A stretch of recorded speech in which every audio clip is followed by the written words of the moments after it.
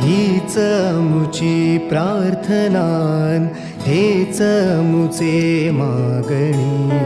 हीच मुची प्रार्थनान, हेच मुचे मागणी. माणसाने माणसाशी माणसा सम वागणे.